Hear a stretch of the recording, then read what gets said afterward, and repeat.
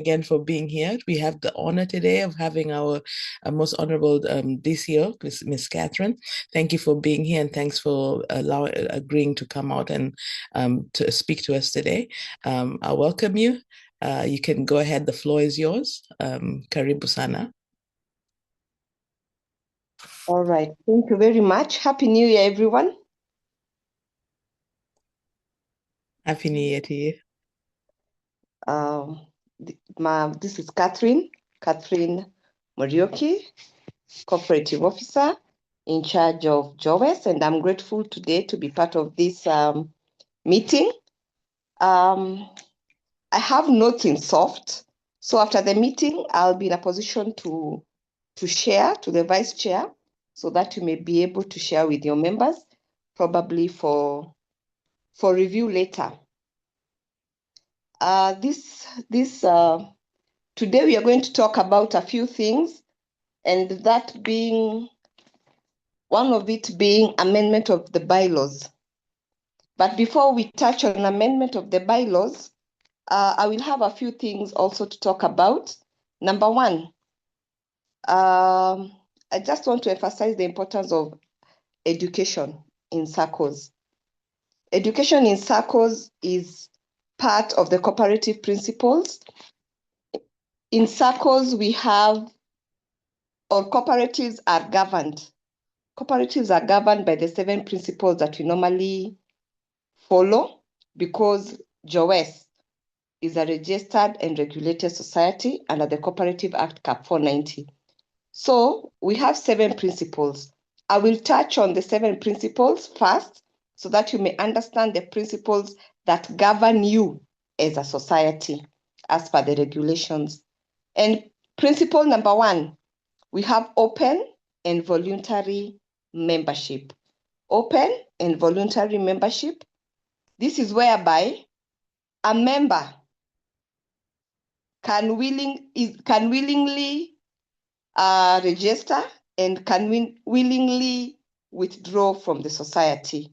That is what principle number 1 means, open and voluntary. For as long as you are recruiting members within the common bond of the society as per your bylaw, then the society is open to register members openly and voluntary.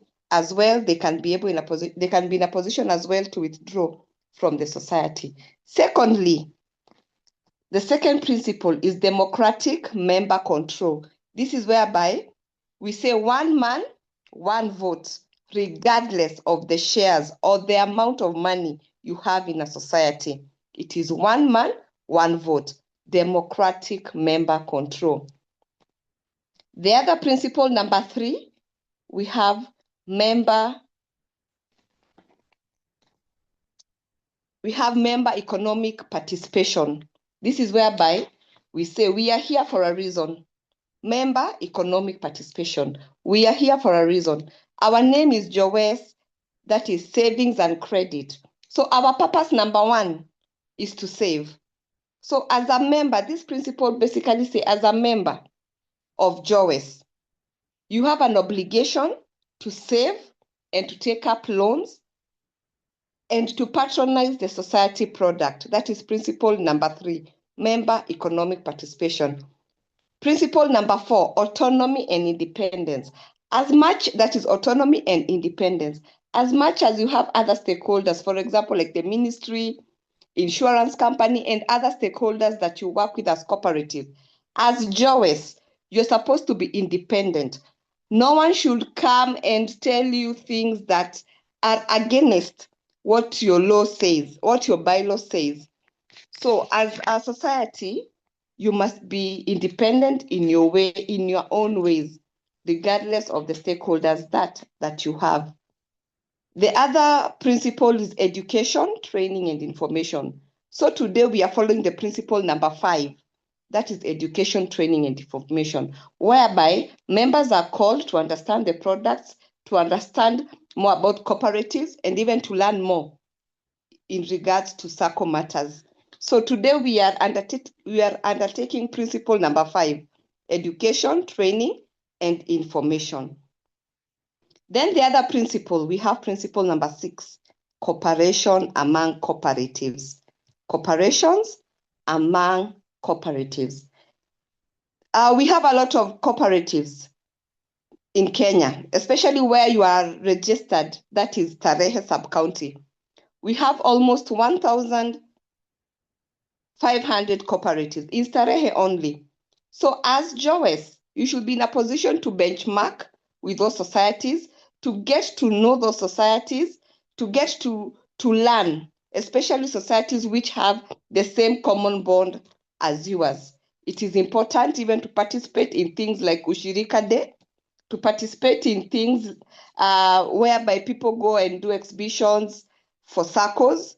You're expected to be participating in such so that you may be able to interact with other cooperatives in the country. So principle number 6 basically is cooperating with other cooperatives within your region. Then finally, the 7th principle, we have concern for the community. Concern for the community. That is just giving back to the community, doing CSR. So as Jowes, it is good when you start having surplus, you start thinking of doing CSR and giving back to the community. It is part of the cooperative principles. So those are the 7 principles that govern all societies wherever they are. Either in Kenya, whether outside there, they are governed by the 7 principles. So with that, I think I will take you through also something we call, just to mention a little bit before we go to the main agenda, that is the amendment of bylaw. I just want to emphasize again on the next of kin. We have the next of kin. It is very important when you're doing your registration that you ensure that you fill in your nominee, fill in your next of kin, and also keep on updating the next of kin. Why am I saying this?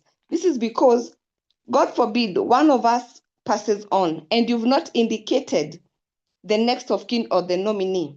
It is very sad that that money that you've saved, it will go to public trustee. The government will take.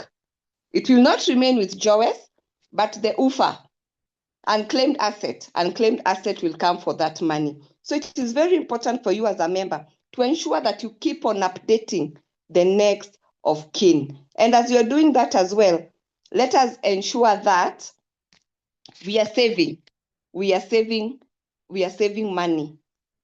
Now, our name is Jowes, that is savings and credit. So our purpose here is to save money. Let us not stay on the minimum amount that you're supposed to save. For this society to grow, we always urge as the ministry, the members of a society, to ensure that they save more. Because upon your savings, that is where you get your loan from, not your shares. For as much as your shares also is important in a society, because shares is the liquidity of the society, as a member, we encourage you to save more to ensure the growth of this society. We'll also talk briefly about the share capital.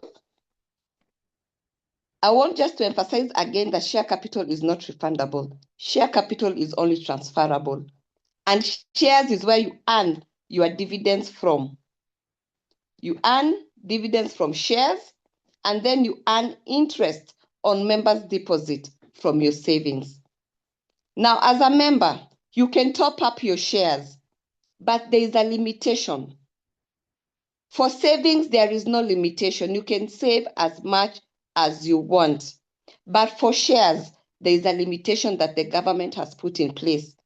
You can only top up share capital 20% of the total shares of the whole society. For example, if Jowes total share capital, for example, is 2 million.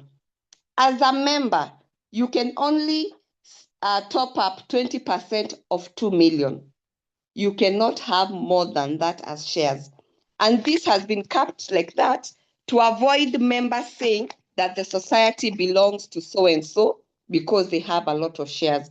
That is why the share has been capped to 20% of the total shares of the whole society. So that is the difference between savings and shares. Savings, you can save as much as you want, but the shares, it is capped at 20% of the whole 20% of the shares of the whole society.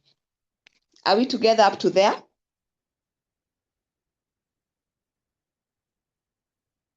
Yes. All right. Do I continue? There's a question? Yes, ladies, if you have questions, definitely either raise your hands or put it in the chat also. That way we'll be able to follow up also if you have a question that comes up in your mind. Also just put it on the chat maybe. Thank you, Ms. Catherine. All right. I have a quick question. Okay. Shares versus savings. Yes. Supposing a member withdraws their saving, they say Yes. they want to withdraw saving, but they want to keep the shares. Does that still keep them in good standing with that specific circle? All right. If one withdraws the savings from a society, automatically that person becomes a non-member. But the shares is there. The only thing they will be benefiting from this society is dividends only, but they are not members. Number one, they cannot attend meetings. They cannot participate in any decision making. They'll be just sitting and waiting for the dividends at the end of every year, but they are not members. Savings is the thing that puts, for you to be a full paid up member, you must be saving regularly. The time that you come and write a letter, you say that you are withdrawing your saving automatically as per the bylaw and constitution, then you're no longer a member of a certain cooperative. So you are not in good standing in that society. But that just means you can't take a loan and you can't attend meetings, but you'll get your dividends automatically, right? You'll get your dividends. Okay. Because your share is there. Because sometimes we have members who want to leave and they are not able to save their to sell their shares. Yes. Yeah. Automatically they'll be getting their dividends, but they will not be members. Thank you. Yes. All right. Do we have any question? Any other question? Okay, I'll proceed. I'll talk about guarantorship as well. Basically, guarantorship is if you're just committing yourself. If a person fails to pay the loan, I'll be in a position to pay. Now, for you to be a guarantor, there are some things you need to consider before becoming a guarantor. Number one, you need to consider the character of the person that you're signing for a loan. Number two, you need to consider even the amount that you're signing. And then number three, also you need to consider the loan repayment period. And also as a guarantor, you need to fill a form that is fully filled with all the details in that form before signing to ensure there is no any alteration after you have signed that form. So as a guarantor, it's your responsibility to ensure, number one, you know the character of that person because you are committing. In case of anything, you'll be in a position to pay. As a guarantor, you should be in a position to be sure the amount that also you are guaranteeing that person and the loan repayment period. Now, as a guarantor also, there's something we call discharge of guarantors. Discharge of guarantors is whereby you feel you as a guarantor that there is something that has gone wrong with the person that you've guaranteed, and then you request for discharge. Unaomba utolewe. There are some circumstances whereby the law allows. And I will give you those circumstances so that you may be aware. You will be discharged of guarantorship if the variation of terms have changed. Basically, this means if you signed for a loan, for example, for maybe 2 years, and then along the way you discover that the person you signed for a loan has altered and has extended the loan repayment period without your knowledge, then you, as a guarantor, you can raise a complaint to be discharged because there was variation of term. That is extension of time. The other thing also, if as a guarantor you realize that you've been put there through fraud, that you are not the one who signed that loan form, then those are the two scenarios that you can request to be discharged as a guarantor. Number one, variation of terms, that is extension of time, and material alteration that you are not aware of, and of course, fraud. That one, you can be in a position to be discharged as a guarantor. But basically, guarantorship means if someone fails to pay or is not in a position to pay, then I will stand in the gap and pay. So as a society, if you come and realize that you have defaulters, it is the duty of the credit committee to ensure that within the stipulated period, the notices are given, the warning letters are given within 3 months, and then automatically the guarantor starts paying within the 3rd month of default. Do we have any question on guarantorship? Yes, I have a question. My hand is up. Yes. Jack, okay. Yeah, you are talking about somebody discharging their responsibility as a guarantor. Yes. If that happens, doesn't that leave the circle at a quote unquote risk? Because now who's going to, the money we still want the money to be paid, right? So yes, what will happen? Yeah. What will happen? I was the guarantor, for example. I was the guarantor. I guaranteed you a loan, right? And then I discovered along the way there was variation of terms or something, or fraud has happened. Now, what will happen? I, the guarantor, will go to this. I will approach the person who took the creditor who took the loan and say that I will no longer be your guarantor. Kindly look for another guarantor. So it is the responsibility of that person who took that loan to look for an alternative guarantor. You will not, of course, be discharged immediately. It's a process. The creditor will look for another guarantor, and then from your end, you will be discharged.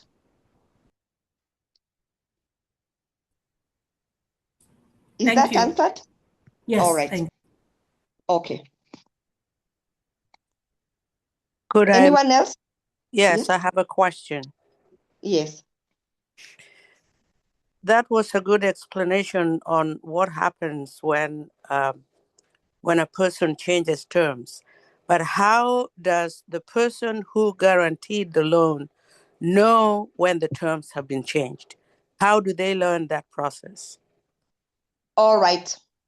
Now, for you as a guarantor, the law allows you to follow up on the process with the office on how the loan is being paid, on how long the loan, anything to do with that loan. For example, how much is the balance? How many more months has been left to pay the loan? And if there's anything else that has changed within that period, it is the duty of the guarantor to put yourself to task to ensure that you know the progress of the loan that you guaranteed. So you have a right to follow up. Probably every month or quarterly, you can be asking, I guaranteed for so-and-so a loan. Is it in default? How is it? Is it being paid? How is it? What is the balance? The guarantor has a duty to follow up and has a right to know. There is no one who is supposed to hold that information. For example, like the society that we are in, us as the ministry is called Shirika. We have an app whereby I can open right now and see all the people that I have guaranteed, the balance they are having, and if the loan is performing from my phone because I have guaranteed them. I have that right. Yeah. Thank you very much. So it is the responsibility of the guarantor to follow up. Yes, to follow up. Thank you. Yes. Any other question on guarantorship before we go to the amendment? A quick question. Yes. Why isn't I understand the responsibility of the guarantor to follow up, but shouldn't there also be a system where the person you have guaranteed is able to give you feedback, maybe on a monthly basis or whatever period that is? Is there a system like that? Is there such an obligation? Now that one will be you can be requesting as a guarantor to request the creditor, to request the person who took the loan to be sending you the statements of loan of how they are paying. It's an agreement between the two of you. And that's why we are saying it is the responsibility of the guarantor to follow up. Whichever way you will follow up. Whichever way. If it's the agreement with the person who took the loan, if you'll be getting the report from the office, it is an agreement that you just need to agree with with the person taking the loan or the office. Bottom line, it is the duty of the guarantor to know how the loan is performing. Whichever way, it is for you, the guarantor, to decide. Okay. Yeah. Thank you. You're welcome. Any other question on guarantorship?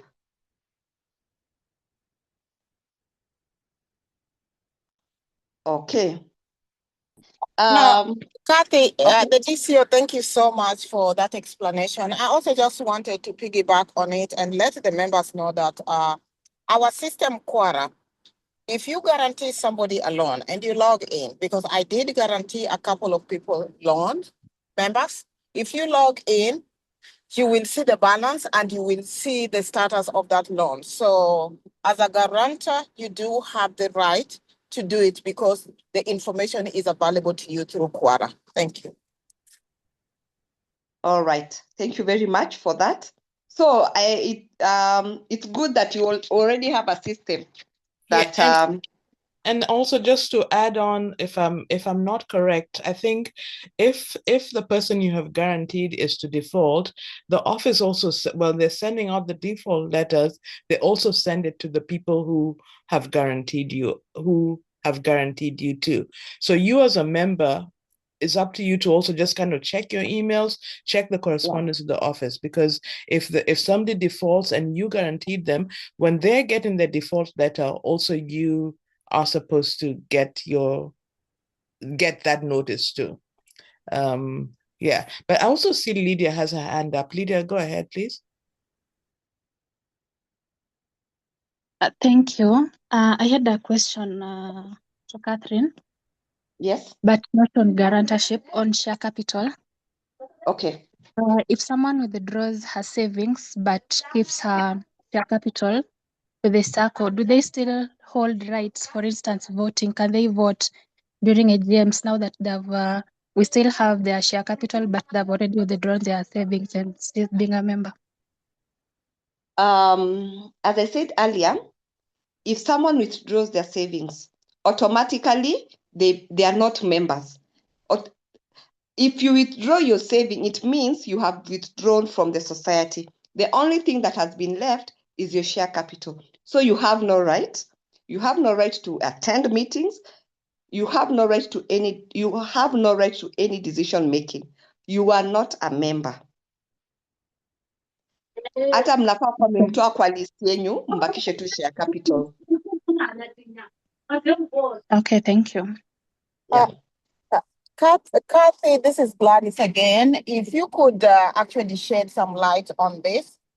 If a member reaches out and states that they are not able to pay their loan and they want to use their savings to offset their balances, but they will continue making monthly payments to their savings, that does not come under withdrawal. Is that correct?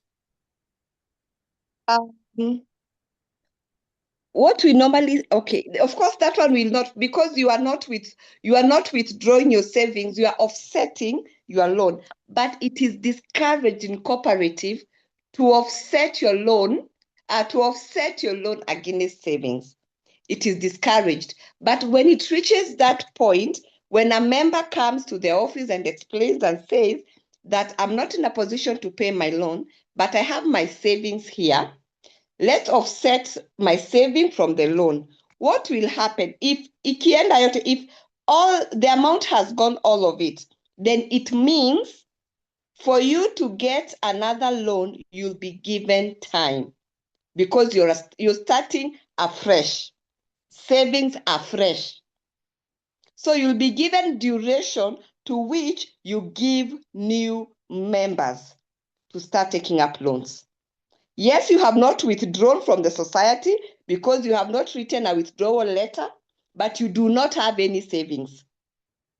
Kindly note, cooperatives does not allow clearly offsetting loans, offsetting loan from saving. It discourages that 100%. But if it reaches that point, yes, you will offset, but then you'll be given an opportunity to start saving again as a new member. For you to qualify, it's like now your credit score has gone down. You'll be given an opportunity to save the way new members are saving, maybe 6 months, for you to be eligible to get another loan. Credit score goes down. Yeah.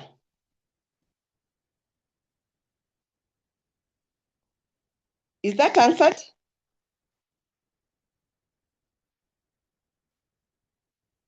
Oh, perfectly, because that's what I was thinking through, and you've answered it correctly, because they are still members, they've not withdrawn.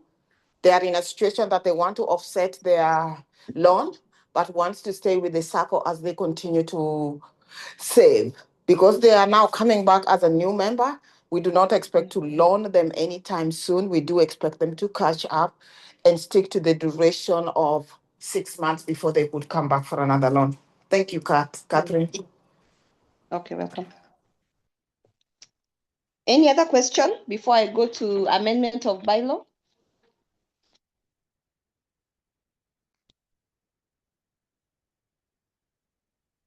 All right. We will go now to the topic of amendment of bylaw.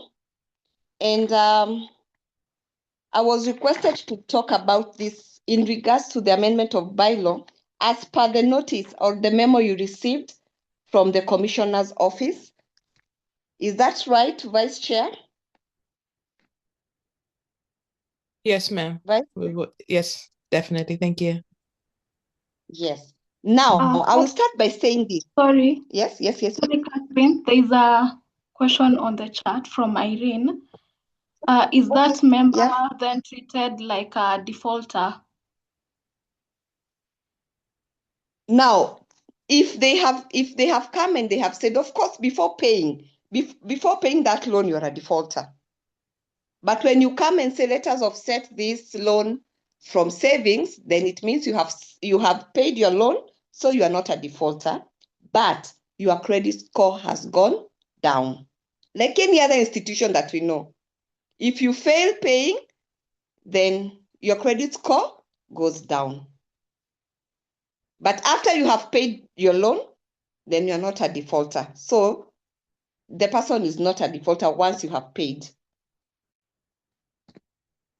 You are a defaulter when you do not pay the loan, if your loan is not performing.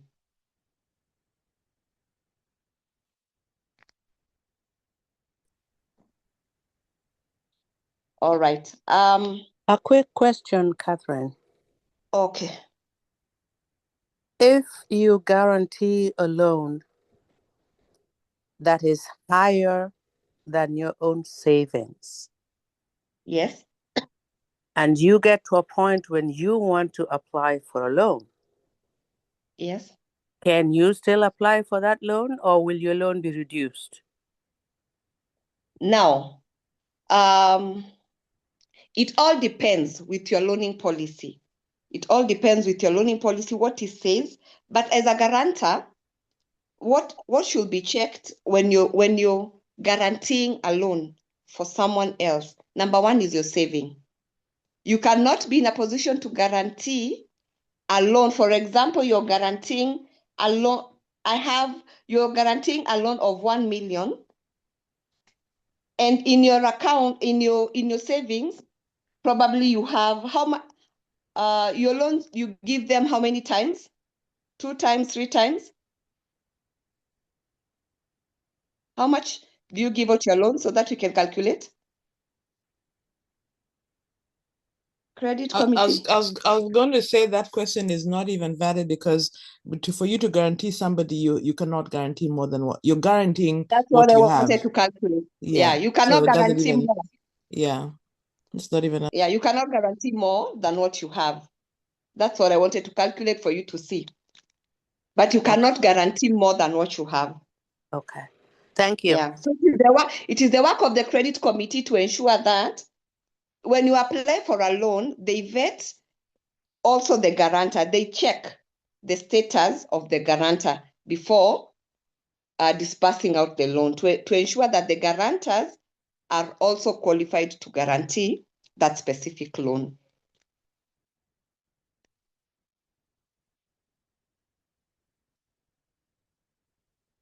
All right. Amendment of bylaw. Yes, there was a memo that was sent, but this memo that was sent, it was sent specifically. I want to be very clear. It was sent specifically to Jowes Cooperative. And the reason why I'm saying this is because this is not a memo that has gone out to all societies. No, it is a memo specifically written to the chair, Jowes Cooperative, because you intended to amend your bylaw, and in review of the bylaw that you wanted to register or to amend, there are some changes that you've been given here as per your bylaw to make amendments. So I want to be very clear that this is not a memo that has gone out to every society. The way you have received it is not the way other people have received it. No, this is just specifically for Jowes Cooperative. It is just a guideline on the correction that you need to do so that your bylaw can align with the model bylaw together with the Cooperative Act. Because we have seen that the way it has been done, there are some things that you've either omitted or you've put in place which are not supposed to be there. I don't know if that is clear. So it is just a correction that is being done, that you're being told, do this instead of this for this specific cooperative. So it is not a memo that is out there. Is that clear? And as we go through it, that is when you'll understand that for sure this is only a memo for, it is only a memo for Jowes Cooperative. All right? Is that clear? Yes, ma'am. it is. Yes, ma'am. All right. So from this memo, it says application for registration. Number one, it's from the Ministry of Cooperatives and Micro, Small and Medium Enterprises, State Department for Cooperative. It's to the chairman, chair lady, Jokanyinam. I am. Number 1, application for registration of amendment of bylaws.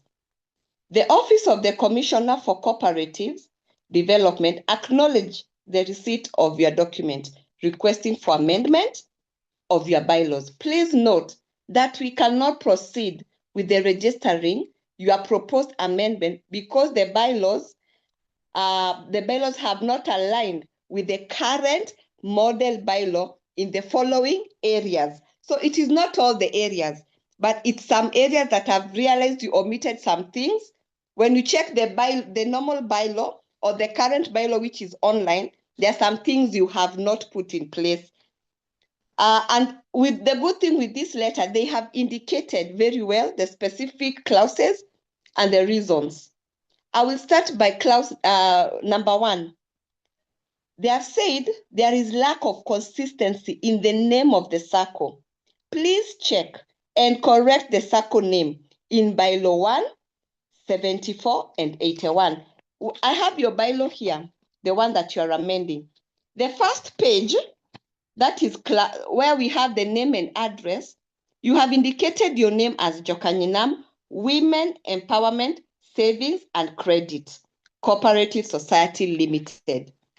When you go to the back page, whereby the commissioner is supposed to sign, the name reads like this: Jokanyinam, let me read for you, Jokanyinam Savings and Credit Cooperative Society Limited. So you see, there is inconsistency. Are we in agreement? Are we in agreement with that? Yes, ma'am. Yes. Yes. So that is one thing you need to change. The name the name on the first page and the name on the last page, they are not okay. There is some differences there. Can you kindly read again the name on the first page? The name of the first page is Jokanyinam Women Empowerment Savings and Credit Cooperative. Sawa. The name on the last page is Jokanyinam Savings and Credit Cooperative Society Limited. Do we see a difference? Yes. Yes. So that reason number 1 made the bylaws not to be registered because there was inconsistency of the name in your bylaw.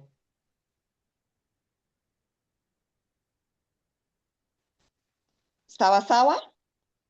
Yep. All right. Okay, so we can go to bylaw 4.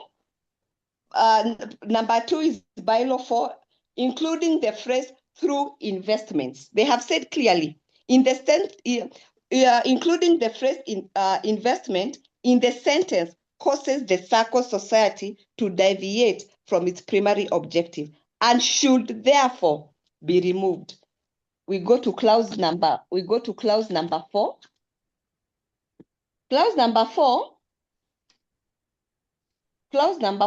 says 4.1. It says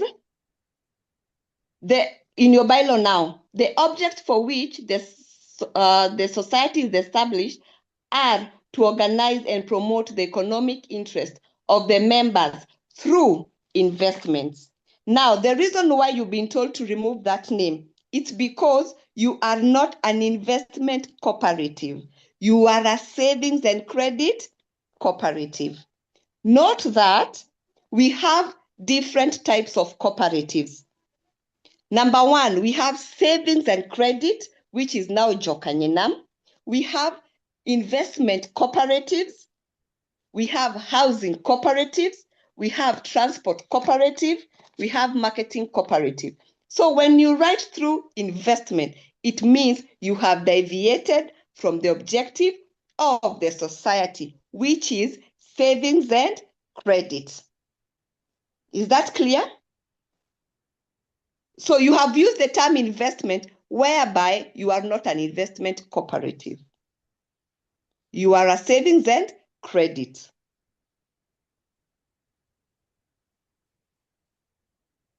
Is that clear? Mhm. Is that clear? Yes, Yes. ma'am. All right. So we're in agreement that the word investment you're going to remove, and the economic interest of the members through savings and credit. You remove the word investment. The other one is Bylaw 7. Bylaw 7.8. Members' economic activity should be included. But I have gone through that. I have seen what they wanted you to indicate, where you have written women born, raised, or associated in Kisumu, Nyanza, Suba region who have demonstrated Luo culture shall be determined by they wanted basically to write, what do these women do? But I think I was talking to someone from the commissioner's office, and I said, if we write what all these women do here, it will be, I think it will take like so many pages. So you'll just try and customize, probably, and write in simple terms what these women are. Are they business people? Are they employed? You just put it you just classify it like stroke business people, stroke employment people, like that, but not specifically what each and every person does. You'll have to indicate that in where you've written women born, raised, or associated in Kisumu, Nyanza, Suba region who have demonstrated Luo culture, they're in business, stroke employment.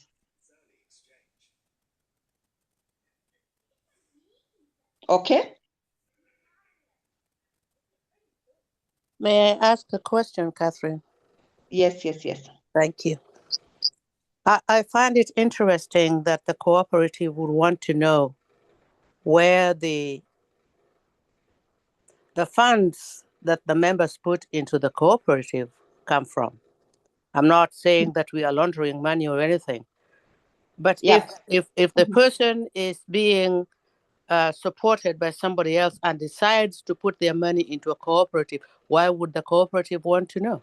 So why would the cooperative want to know if they are business women or something else?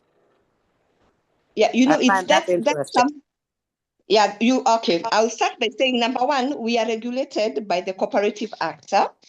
And you'll find even in these other societies whereby we have, let me say, people like Sharia Circle, where we have lawyers, you'll see clearly their common bond is very clear, stating that either lawyers, judges, and other members of the public, because now they have opened up their common bond. So that's why I say don't mention exactly what you do, but you can just write business people, stroke employment, and then if you want to open up the common bond, you can state that your common bond is open. But it is very clear that the cooperative is following the Cooperative Act. They want to align with what the Act requires. So is it okay then to yes? Is it okay then to say it's for those in employment, business, and other members of the public? Is that okay? Yes, you can say that. Because then that allows us to be flexible. That allows you to be flexible. And that is why I said you can open up that common bond.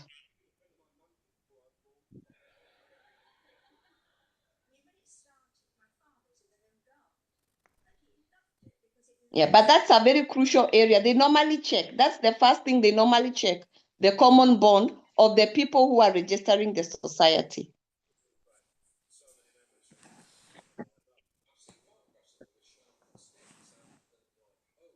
All right, bylaw 16. Bylaw 16, you've been told insert a missing bylaw between 16.2 and 16.3 on appeals. Yes, I've realized in your bylaw, when you open clause 16, there's a procedure of suspension and expulsion. When you go to 16.2, There is somewhere it says, impose any other punishment as may impose any other punishment, or it's not clear. You will read for yourself there and see there's a problem there with the statement. And then there's a clause C that was omitted, whereby it gives the room for someone to appeal to the supervisory committee. So that one is not there. So I do not know the reason why you opted to omit that one, and it should be there. The problem with the bylaws of a society, you cannot omit things which are there in the current model, because those are already laws in place. Your work is to only add, but not removing. So there was a clause that was removed there, clause C, that allows the member to appeal to the supervisory committee. That one is not there. So probably you can, I don't know, the vice chair, the person who did the bylaw, maybe they can tell us why they tried to omit that clause. Did they have a reason?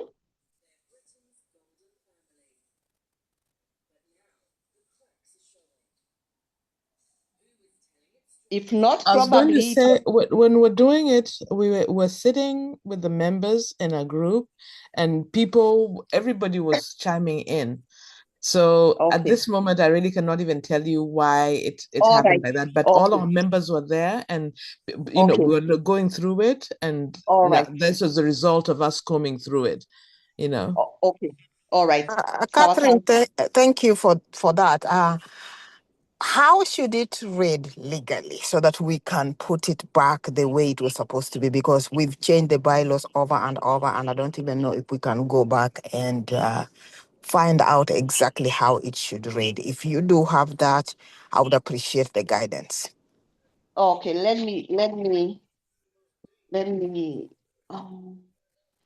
it should read it should just read appeal. Let me go to where okay.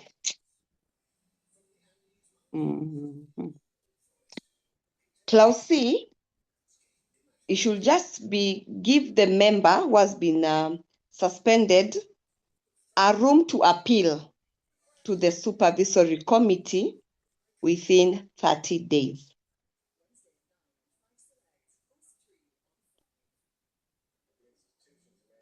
Now, that's when, if the person does not appeal, then automatically they are suspended. But in case they appeal, now that is where you will take that member to the AGM to be expelled. We all know that the committee cannot expel a member. A member is expelled through the AGM, but given an opportunity first to appeal. So that clause C should be there. What I will do after this, I will send to the vice chair the model of the bylaw, so that you may be in a position to know the things that are missing. I hope that will be okay. I will send the model of the bylaw so that you'll be in a position to know what is missing and what you have omitted in your bylaws. Yes, I'll definitely take it. And we're having our next education day. We're going to sit down with our members again before our AGM and Yes. go through this again. So I'll definitely appreciate you sending us a copy of what should be our guide, and we'll definitely use that. Thank you. All right. The other clause that the commissioner has recommended for changes is bylaw 26. This is in regards to the borrowing powers. They have said include the commissioner for cooperative development in approval of maximum borrowing powers and charge thereof. Bylaw 26. Bylaw 26. There is bylaw 26 too. You said for the securing of any loans accepted by the society under paragraph A, the society may grant a charge over its assets. The authority to grant a charge shall be reserved to the management meeting. The end product should be shall be reserved to the management committee, including the Commissioner for Cooperative Development, for approval of maximum borrowing powers. Now, we all know that the borrowing powers are granted and given by the Commissioner for Cooperatives. So in your bylaw as well, you have omitted that part. So it will be very hard when you apply for a loan, especially with another bank, and apply borrowing powers, and they take your bylaw and see that it has not been authorized by the Commissioner for Cooperatives. That loan will not be granted. So ensure you indicate in your bylaw that the Commissioner for Cooperative Development is the one who should approve the maximum borrowing powers. Of course, the maximum borrowing powers are given members' request or the committee request through the AGM, the amount. Once you request the amount, there is a process that you follow in filling up forms, writing minutes, and producing some documents to the ministry. The ministry is the one that is going to say, now, Jowes is going to be given a certain amount of money and not this. So the person with the last say is the Commissioner of Cooperatives. So that one should automatically be indicated in bylaw 26(1) and 26(2). It should be very clear there.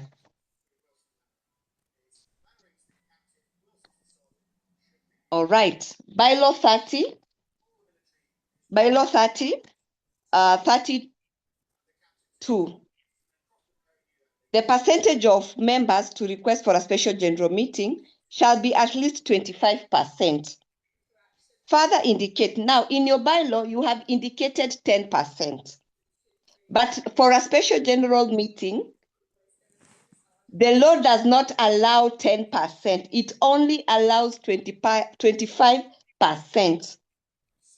So you have indicated 10, but it's 25%. Originally, in your original bylaw, if you check, it was 25%. But for this one that you've taken for amendment, you have indicated 10. That one is not allowed for the special general meeting. And then further indicate the number of minimum members. You have not indicated the number of minimum members. So how do you calculate the number of minimum members? You will take the 25% of the active members to get the minimum number. Is that clear? I have a question on that, Catherine. Yes, yes. So, and maybe I'm misunderstanding something. Normally, like if on our, now I'm just going to give an example here. Maybe now we've called our normal annual, our regular AGM, then we Yes. don't have enough quorum. And then because we didn't get enough quorum for a regular meeting, we call another meeting, like a special, I don't know that's called a special meeting. And I'm sorry if I don't know the terms correctly. So on our second meeting, trying to do our business, we normally were told, I thought the understanding was at that time we will not have that quorum issue, because this is a special meeting to make sure that, because we're not able to have our first one because of lack of quorum. And I'm probably explaining it not right, but are you understanding my gist? Yes, I'm understanding, and I will explain. Okay, thank you. Now, what I'm talking about, I will start by explaining this. We have two types of meetings. We have the annual general meeting that you always do annually, the one you're talking about. Sawa. Now, that's the annual general meeting. You will go to clause 34 where we are talking about quorum. Now leave alone the special general meeting. Let's talk about the AGM first. The first meeting, AGM. If in your bylaw you said quorum is 25% of the total membership and 50 members present. Now, if you do not meet the quorum, automatically that meeting will not go on. Now, you will be given a duration of 1 month, whereby the chair will be required to call for another meeting. That other meeting, it is not a special general meeting, it is still an AGM. And this time around, because the first one was postponed, this time around, the meeting will continue with the members present. Now, for a special general meeting, this is whereby we have an agenda that cannot wait the AGM. That is whereby we are saying, we are being told the quorum should be 25%, not 10% for a special general meeting. Let us not mix these two kinds of meetings. AGM, even if it is postponed within 1 month, it is still an AGM, not a special general meeting.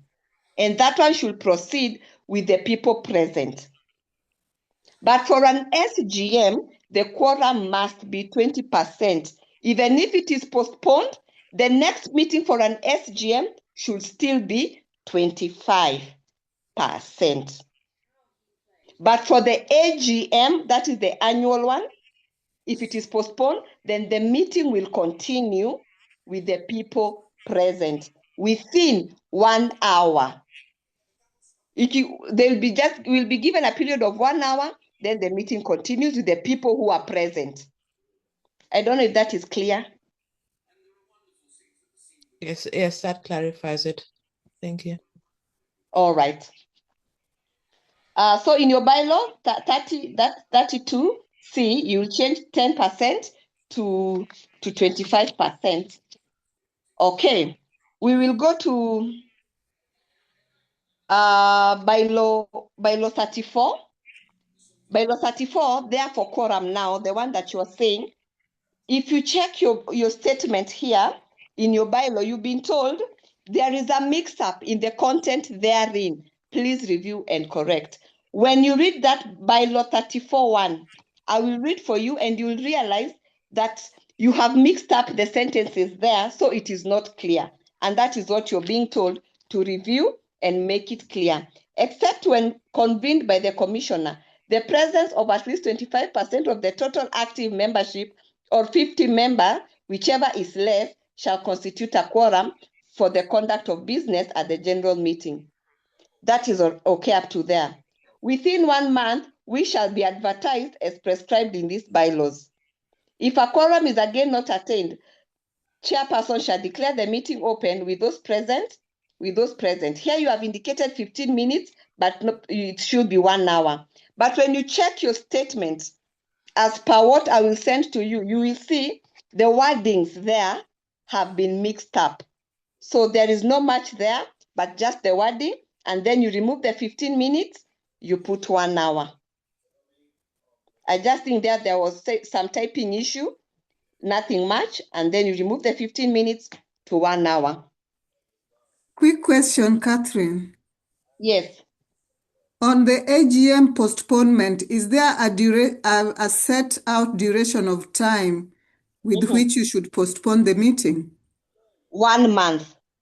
Or it should be 1 month? 1 month, yes.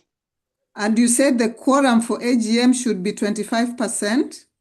25% for the AGM, now the first one that has been called. Okay. Yes. Because I remember, I don't know if Achieng is here, but I remember some time back we were struggling with a quorum, and I don't know whether it was changed. That is when it was changed to that 10%.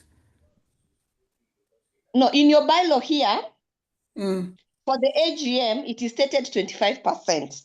Oh, it's stated 25%. Okay. Yes. The one that I was reading 10% is for the special general meeting, which I have said it's standard, it's 25%. That one cannot change.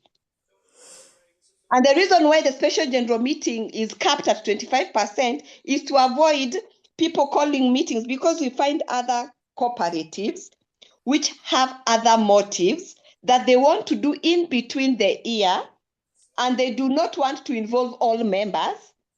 So it brings conflict. So unakuta wengine walikuja, wengine hawakukuja, and the meeting still continued, and they passed resolutions that are not okay. That is normally why the special general meeting is capped, to avoid people passing resolutions that are not compatible with the members. Okay, thank you. Okay. And then there is bylaw 55. Bylaw 55 states that the tender subcommittee, which is mandatory, is missing. You omitted tender subcommittee and included ad hoc committee. In bylaws, you do not include ad hoc committee. That one is an in-house thing that you organize by yourself, but it should not be in your bylaw. So the commissioner has said remove the ad hoc committee there and return the original, which is the tender subcommittee. Is that clear?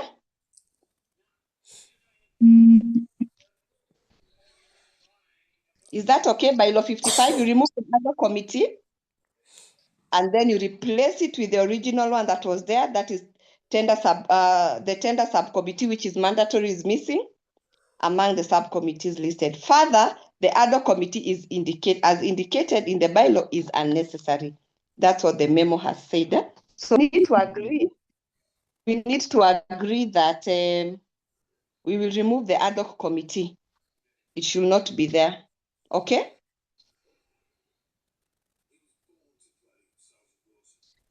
Yeah, I'm wondering whether it's also just what's the word? A language, like what we're meaning, and just the way we labeled it is what is incorrect.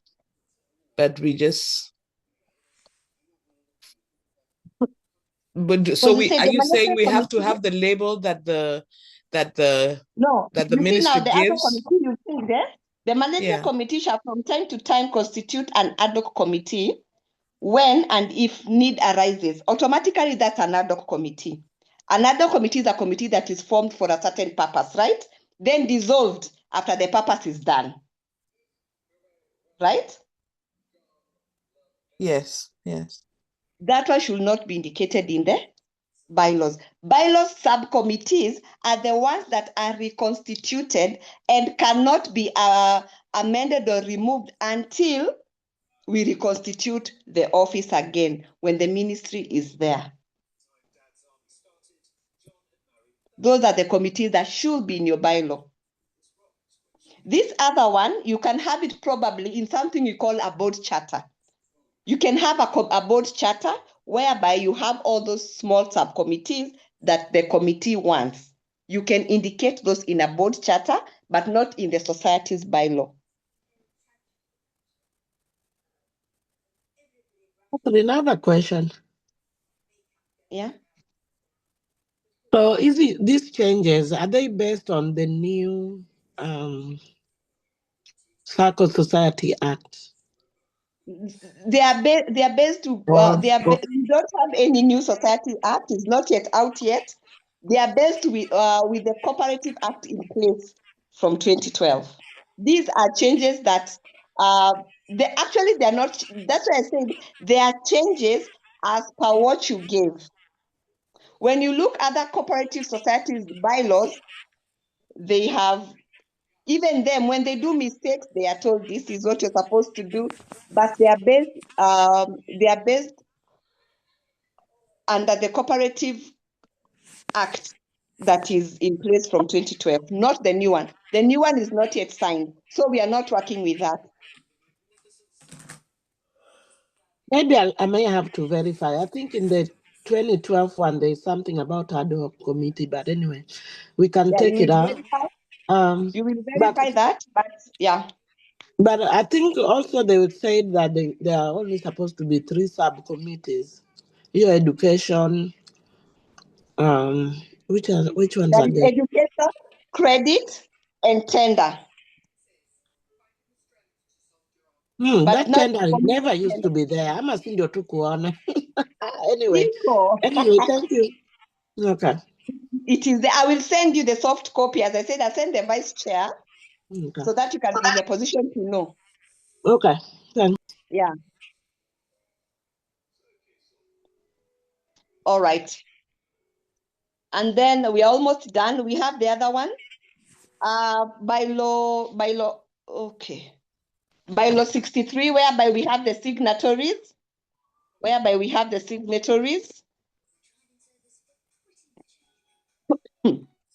All documents, your bylaw says that all documents, contracts, and checks shall be signed on behalf of the society by any of the 3 of the 7 signatories as follows. We have the chair, we have the vice chair, we have the secretary, treasurer, and member of the management committee. Now, the commissioner is saying only any of the 3 SACCO officials are authorized as authorized signatories, while the manager shall countersign all the documents. Now, the problem is coming here with the member of the management committee. A member of the management committee should not be part of the signatory.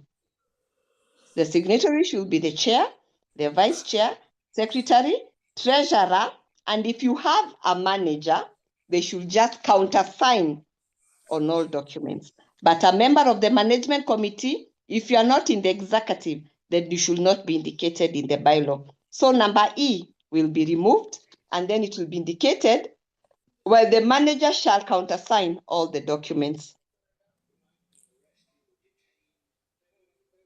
Even when you check your old bylaw, because you also have your old bylaw, initially that is what is said. And as at that time, it was compliant. But this time, mumeongeza, it's not compliant.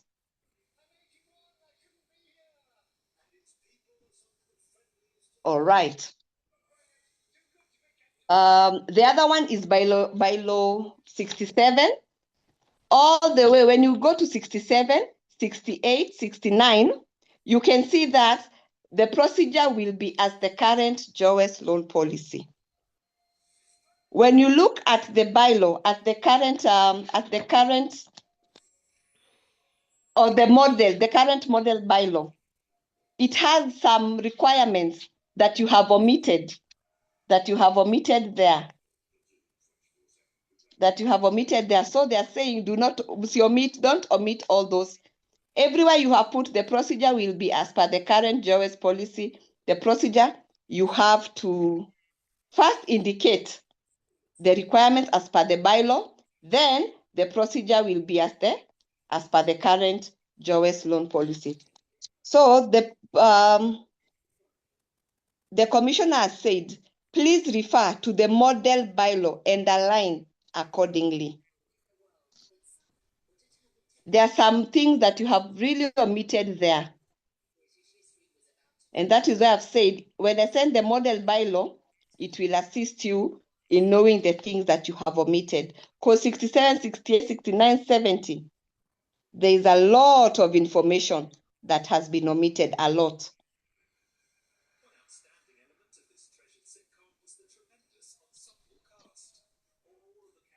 And finally, we have the acceptance page.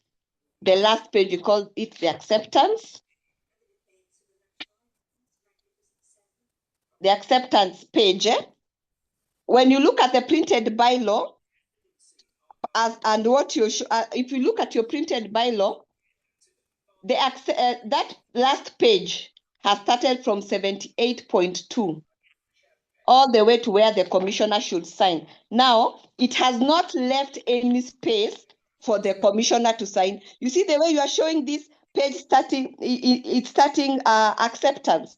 The printed copy has a lot of, it has started from 78.2 down until where we have the treasurer. Now the commissioner does not have any space to sign. Now the commissioner is requesting that you can print a page, the acceptance page, to be on its own, starting 81, so that he can be in a position to have a space to sign. I think that is just clear.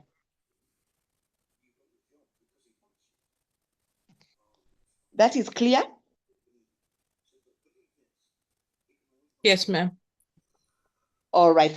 So I think those are the changes that have been requested from the commissioner's office to make. You make those amendments so that your bylaw can be registered. And I don't know if there's any other question.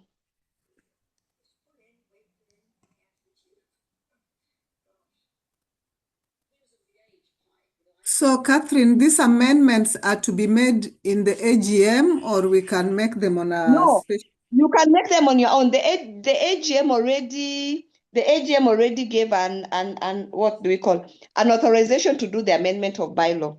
The only thing we are doing here is correcting. The So things the that we are manage doing here, they are just mandatory things.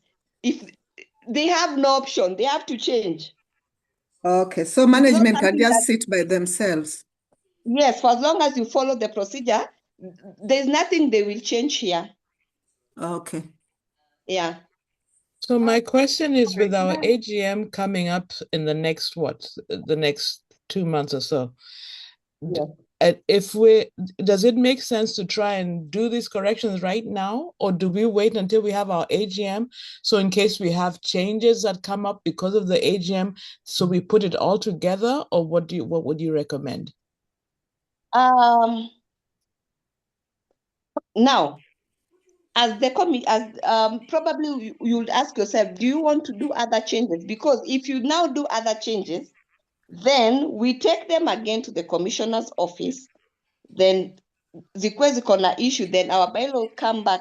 Let us first finish up with this. Let us amend what we already started. Let us finish, because you already made something we call a schedule of amendment. So when you amend, you'll also amend from a commissioner's office the schedule that you sent. Then we will say, this is not now the schedule. They have another one. Now let us follow this one. There'll be a little bit of mix-up. But it is up to you members to agree to see if you have changes, then you start all over again. You do the amendment, you do the schedule of amendment again, and all those other things. Hi, can you hear me? Yes, I can. Okay, thanks. Sorry, I was trying to speak earlier and I couldn't. So the only changes we'd sent to the commissioner was the change of our address. So all of this was new. So we'd not asked for any other changes other than the change of the address and a change to allow us to do, what was it? I think there was some wording that was saying a member has to sign a hard copy. So we wanted that change so that it allows them to sign like a soft copy so that they can fill in a form on our digital website, and if it comes from their email, then we recognize that as from the member, kind of doing an indemnity. Yes. So those were the only two changes that we'd requested. So I think my question goes, so the changes that we've been asked to change are changes that are in our current bylaws that have already been signed by the cooperatives and were already passed by members in past AGMs. So when this letter came, that's why we didn't go on and amend, because I think we did seek guidance and we were told we have to wait for the AGM to again put all of this to members. That's why we waited, because this came immediately after our last AGM when we wanted to amend. There were only two things we were amending, which was the address and the digital form. So just giving that context, does that mean now that has changed, we can go ahead and do this? Because I know, again, in our AGM, we passed a resolution that we only amend our AGM only amend our bylaws every two years. So we tried to amend it. It was in the AGM for amendment last year. So this year it would not have necessarily come back to the AGM for amendments because it is not on schedule for amendments this year. Now, this one is not... Does it come back, or do we just go ahead, make the changes, do the amendments, and then we tell members in the AGM, because this was mandated by the commissioner, we went ahead and made these changes? Yeah, that's what I was saying. This one should not go to the AGM. Actually, immediately you got this letter, that is, I can see it's dated 1st August 2025. You could have done the changes immediately. Yeah. Okay. And let me tell you, even when you take the amendment of bylaw with one, even if you want to amend one thing in the bylaw, what they normally do, they have a registry where they go through the whole bylaw again, regardless of the changes you want to make.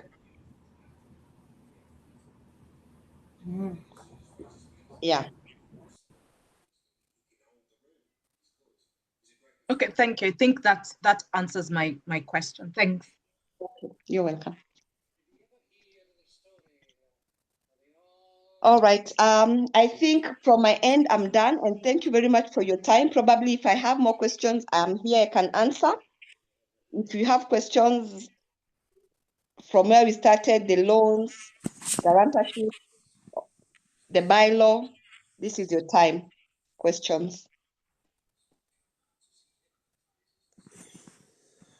I have a few questions because I could not speak earlier. Sorry. Okay. I heard you'd mentioned about guarantorship. You said a guarantor can ask to withdraw their guarantorship if the terms of the loan have changed. Now, since the loan is still ongoing, where does that leave the SACCO? If the guarantor, or is it that if they say they're withdrawing, that means the terms don't change? Or what happens? Because that leaves the SACCO exposed to a loan that's not guaranteed, while by the time you gave that loan, it was guaranteed. All right, I think I had answered that, but I will repeat. I said, if you feel you're not comfortable by the new terms or the alteration, you will approach the person who took the loan and say, I signed for this. You changed this. I was not aware. I'm asking that you get another guarantor, and you as a guarantor, you write to the society stating the reason why you want to be discharged from guarantorship. Until now, the person gets another guarantor. That is when you'll be discharged. Thank you. Okay.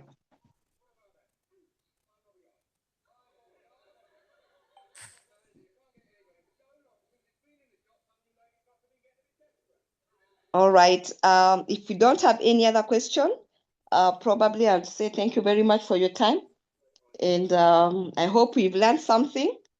And in case you have any question when you're doing your bylaws, before forwarding it or giving it a final, doing the final copy, probably you can get me to review and see, so that we can just have it going one way and not coming back. I will be in a position to help that way, so that we get the bylaw registered and not coming back again with corrections or amendments. So thank you very much for your time. So back to Chair Education. May I ask a short question, Catherine? Thanking you for the presentation that you have made. I have a question that doesn't necessarily belong to the forum. All right. Would it be possible to reach you at some point to ask a question? Yes, I'm available. Okay, and we have your contact. You're comfortable receiving personal questions like that? Yes. If I'll be in a position to help, I will help. Thank you. Thank you very much, Catherine, and thank you for your time today. Yeah. Welcome. Yeah, thank you. I also want to just officially say thank you, thank Catherine for making time to come out and be with us and answering all those detailed questions that our members also had. We really just appreciate you, and we appreciate your time, and we thank you for being here with us. We'll definitely reach out, because as you can see, there's a lot of questions that are in the back of our minds that we're still processing slowly. So we'll definitely come back, because I know even me, and there's things I'm like, okay, she didn't quite clarify this. So we'll come back to you. But I just want to say thank you again for taking time to be here, and thank you for being so open and explanatory to us. Again, ladies, also thank you for being here. And if you're wanting to, you're welcome to hang out with us. We normally sit around a little bit and just chit chat among ourselves in a more unofficial way. So if you're available for that, you're welcome. But if you're in a rush, I know how time is precious to people nowadays. You're definitely also welcome to leave. If anyone is available to say a short prayer saying just thank you, do I have any volunteer for that? I'm not volunteering for praying, but I just want to thank Catherine for coming. Catherine, thank you for coming. I hope you're still here. We really appreciate you taking the time to be with us today. I just want to let you know that we really missed you, and hearing your voice today was really refreshing. Thank you, Catherine. You're welcome. You're welcome. Sorry, can I chime in? Sorry, Jackie, before you send everyone off. I wanted to, of course, thank you, Catherine, but I wanted to be cheeky and tell Catherine if she could just say 1 or 2 words encouraging members to sign up for membership for management positions or to apply for management positions when they come up, since we're coming up to AGM. All right. Okay, yeah, I saw that, of course, the AGM is around the corner, and the positions, of course, we have the vacant position. I will just want to encourage members of this society that a society must have leaders, and the leaders will not come from anywhere else. They will come from you, members. So when those positions come, let us apply. We want the society to grow. We want the society to move. It's not move when you're out there. Come in the leadership position and move it to where you want it to be. Assist the leaders who are already there with ideas. So this is one of the society where I feel like people are afraid of leadership. We go to other circles and people are fighting for leadership. So let this be a circle where we do elections whereby we have many people who want to drive this society forward with the right intention. So when this position come or you're requested to apply, let us apply. Let us apply. Let us ensure that the society has grown. Let us also recruit more members. When we recruit more members, the society will have bigger membership. We will not have any issue with the quorum. We will not have any issue in leadership. But I just want to encourage that this society, be part of the growth of this society as a leader. That whereby one day you will say, I was there, I was a leader when this happened. I was a leader when this happened. When Jowes was like this, I was part of that leadership trail. So let us apply for those positions, and I'll be waiting to see the applications. I'll be the one receiving together with the staff, the applications. So don't let me down. I'll be waiting for those applications when the positions come, and I'll be grateful. Thank you.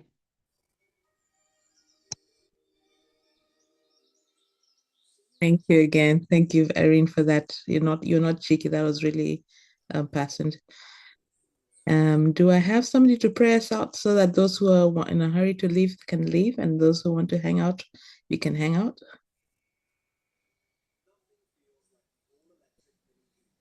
Brenda? Hey, before we pray and before people leave, guys, Catherine Aki, thank you. Management, we can bring Catherine maybe twice a year to encourage us on savings, in recruitment, na vitu kama hizo. But I want to invite you tomorrow to Jowes TikTok Live. We were supposed to go in last week, na ikashindikana, and I know there were people out there who were waiting to join, and they were like, where were you guys? We waited for you. So please, please, please come and support Jowes. You never know, who you might meet. You never know. People always there's always traffic. You never know if that's another way we can get, even if we just get one member. Even if we don't get a member and people know that, oh, there's a Jowes out there, that would be great. So I'm extending that invitation. I will send out the invitation possibly today. Asanteni sana. Na mukuje na kitu kidogo ya kupea DJ, hata kama ni ka 50-50 tu. Ka 50 sio mingi. Yeah, thank you guys.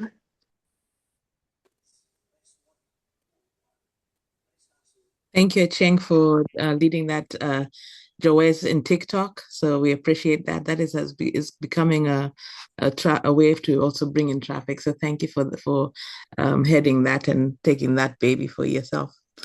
So I just want to respect people's time.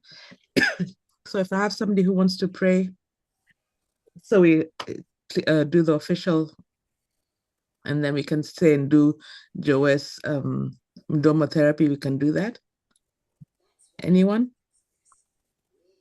Let us pray. Heavenly Father, thank you for this day. Thank you for the gift of health and strength. Above all, thank you for the gift of life. You have taught us in your word that when people come together in unity, there is a blessing.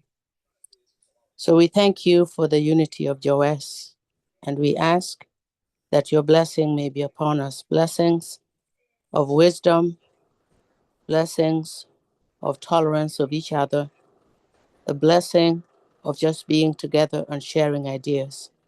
We pray, Father, that you will help us to walk forward, not just in faith, but putting our faith to action in the things that we will do, in the things that we will say. We give you praise and we give you thanks for this day. And we ask these things always with thanksgiving. In Jesus' name, amen. Amen, amen, amen. Thank you again. So, ladies, karibuni. Those who are having to go, you're welcome to go. And those who are wishing to hang out, we're welcome to hang